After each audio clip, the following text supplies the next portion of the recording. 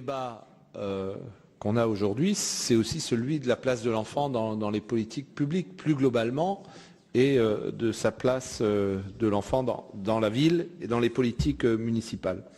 2-3 points. Le premier, ne faisons pas comme si tout le monde avait décidé de revenir aux 4 jours.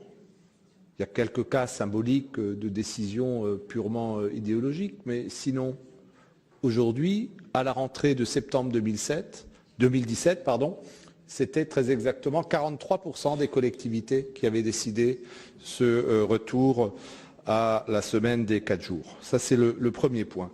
Le deuxième point, ça a été abordé, il est quand même absolument extraordinaire de vouloir revenir sur quelque chose qui n'a pas été évalué. Et généralement, il faut évaluer les politiques publiques, mais sur les questions éducatives, cette évaluation, elle doit se faire sur une génération, sinon elle n'a aucun sens. Elle n'a aucun sens.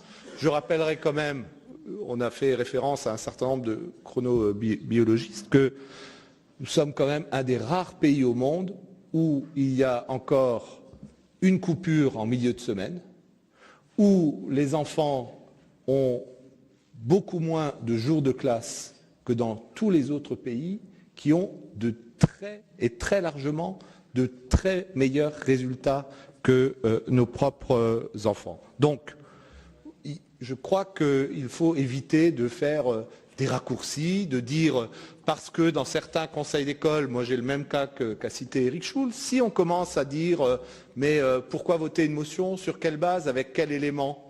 C'est très simple de dire, d'aller dans le sens du vent et de dire on va voter une motion, mais essayons de faire réfléchir les uns et les autres ensemble, essayons de les faire débattre, amenons-leur des éléments qui leur permettent de se forger un jugement et peut-être que le résultat sera différent que celui escompté aujourd'hui par les plus conservateurs d'entre nous.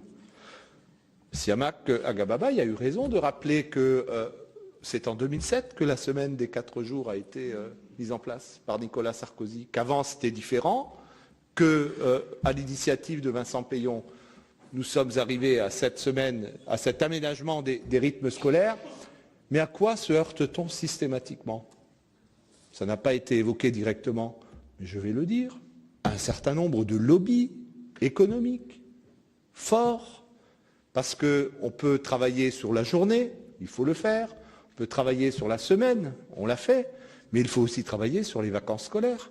Parce que si on veut étaler la durée du temps scolaire, si on veut véritablement adapter le rythme de l'enfant, c'est ça le gros morceau.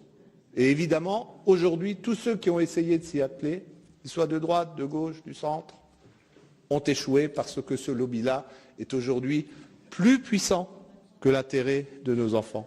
Donc, réfléchissons aussi ensemble à tous ceux qui, aujourd'hui, souhaitent que l'enfant soit placé au cœur de nos politiques, comment nous pouvons dépasser ces lobbies, dépasser cette difficulté majeure. Et puis, aujourd'hui, or c'est vrai, les études sont diverses, les résultats sont quand même assez voisins, souvent, pour dire qu'il faut essayer d'adapter le rythme de l'enfant et que la pire des solutions, c'est la semaine de 4 jours.